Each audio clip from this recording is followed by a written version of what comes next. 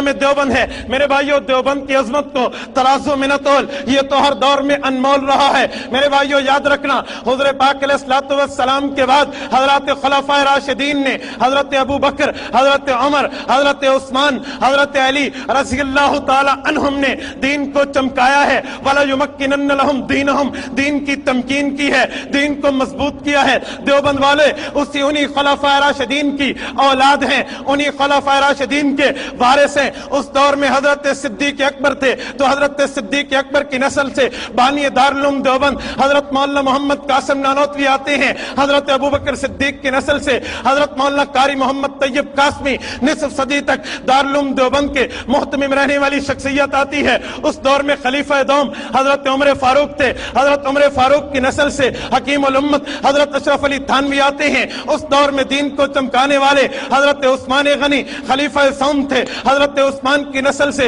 दीन को चमकाने वाले देवबंद में से मुफ्ती अजीजुर रहमान उस्मानी आते हैं। हज़रत अल्लामा शब्बीर अहमद उस्मानी आते हैं। मुफ्ती आजम पाकिस्तान मुफ्ती मोहम्मद शफी उस्मानी आते हैं। उस दौर में दीन को चमकाने वाले हज़रत अलीजुल मुर्तज़ा थे, खलीफा चहारम। हज़रत अलीजुल मुर्तज़ा की औलाद में देवबंद के अंदर जो आया है सैयद असगर हुसैन चांद, सैयद असगर हुसैन देवबंदी आया है। मौलाना सैयद मुर्तज़ा हसन चांदपुरी आया है। मौलाना सैयद अनवर शाह कश्मीरी आया है। हज़रत शेखुल अरब वल अजम मौलाना हुसैन अहमद मदनी आया है। मेरे भाइयों, याद रखना, दीन को उस दौर में चमकाया है हज़रत खुलफाए राशिदीन ने, दीन को इस दौर में चमकाया है उनकी औलाद ने। देवबंद उस गुलदस्ते का नाम है जहां औलाद सिद्दीकी में हज़रत नानोतवी हो, औलाद सिद्दीकी में हज़रत कारी मोहम्मद तैयब कासमी हो, औलाद फारूकी में हकीम उल उम्मत हज़रत थानवी हो, औलाद उस्मानी में उस्मानी बिरादरान हो, औलाद मुर्तज़वी में हज़रत हुसैन अहमद मदनी, हज़रत अनवर शाह कश्मीरी हो। देवबंद उस गुलदस्ते का नाम है